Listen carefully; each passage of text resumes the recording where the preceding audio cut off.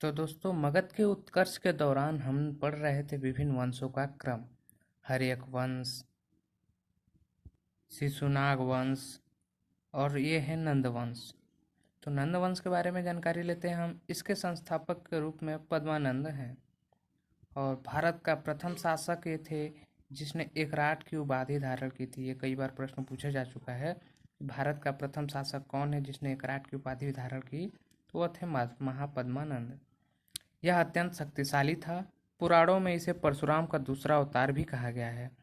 इसने कलिंग, जो वर्तमान में उड़ीसा है, उसकी विजय की थी तथा कलिंग में जो जिनसेन की मूर्ति था उसको मगध लाया था और कलिंग क्षेत्र में एक नहर का निर्माण कराया था।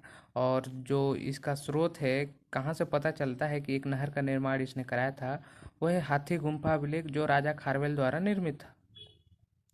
और इसी वंश का घनानंद जो था अंतिम शासक था जिसकी हत्या करके मौर्य वंश के चंद्रगुप्त मौर्य ने मौर्य वंश की स्थापना की थी।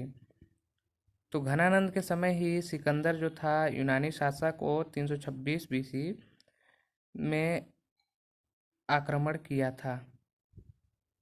तो अब अगले वीडियो में हम मौर्य वंश की चर्चा करेंगे और इस वीडियो में अब अगले देखते हैं हम मौर्य वंश से जो पूर्व विदेशी आक्रमण हुए थे, ईरानी आक्रमण और यूनानी आक्रमण, उसके बारे में थोड़ी सी जानकारी लेते हैं। तो चलिए, मौर्य वंश से जो पूर्व विदेशी आक्रमण हुए थे, ईरानी आक्रमण और यूनानी आक्रमण। तो सबसे पहले ईरानियों द्वारा आक्रमण किया गया था भारत पर।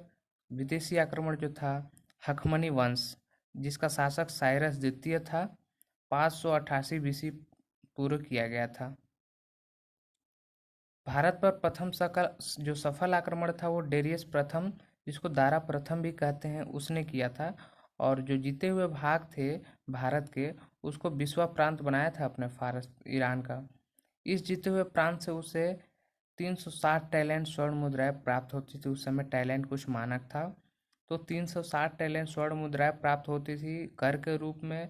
जो जीता था डेरियस प्रथम भारत के जो भाग थे, और उसको वो बिस्वा प्रांत भी बनाया था। तो इस आक्रमण का भारत पर प्रभाव क्या हुआ, चलिए देखते हैं। खरोष्टी लिपि जो है उसका जन्म ईरानी अरमाइक लिपि से हुआ है माना जाता है। तो खरोष्टी लिपि का जन्म हुआ। स्तंभ व राजप्रसाद जो मौर्य द्वारा बनाया गया, यह कला पर जो था ईरानी द्वारा प्रभाव था। और आर्थिक संबंधों का विकास हुआ, आर्थिक संबंध बढ़े व्यापार वाणिज्य इत्यादि में। अब आगे देखेंगे हम यूनानी आक्रमण के बारे में।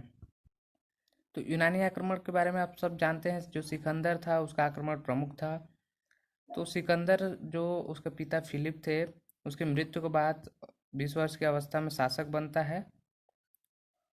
कहाँ का शासक बनता है यह भी जानकारी आवश्यक है। तो वो मेसोडोनिया, कहीं मकदूनिया लिखा रहता है, वहाँ का शासक बनता है।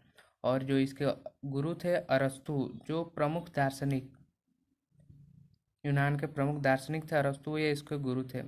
326 बीसी में वो भारत पर आक्रमण करता है। सिकंदर जो था वो हिंदू कुश पर्वत पार करने के बाद तक्षशिला नरेश जो आम्भी थे उस पर आक्रमण किया था, और जिसने समर्पण कर दिया, वो सहयोग देने का वादा भी किया है।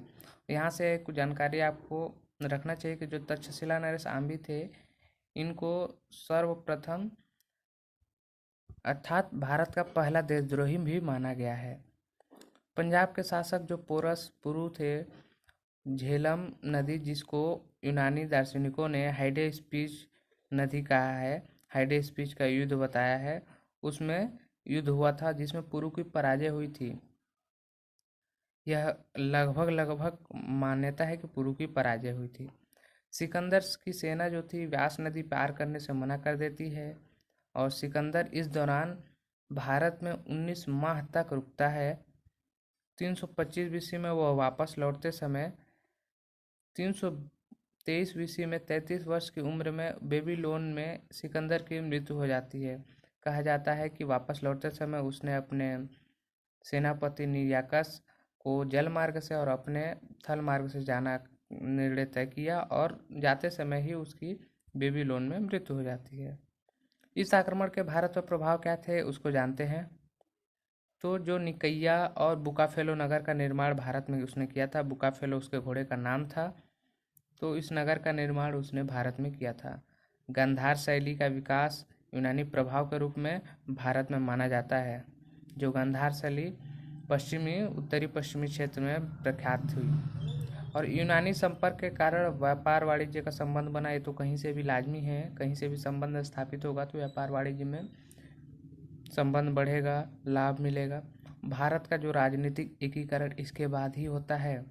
तो पहला राजनीतिक एकीकरण मौर्य वंश के समय चंद्रगुप्त मौर्य करता है और इसके आक्रमण के बाद ही भारत का राजनीतिक एकीकरण होता है। और इन सब के जानकारी के जो स्रोत है, निर्याकस उसका जो सेनापति था सिकंदर का, उसके कुछ लेख है। अरिस्टोबुलस, सिकंदर के साथ ये भारत आए थे, ये दार्शनिक, इनके लेखों में जानकारी मिलती है इस सब के बारे में। तो आज के लिए सिर्फ इतना। अगले वीडियो में हम देखेंगे मौर्य वंश के बारे में।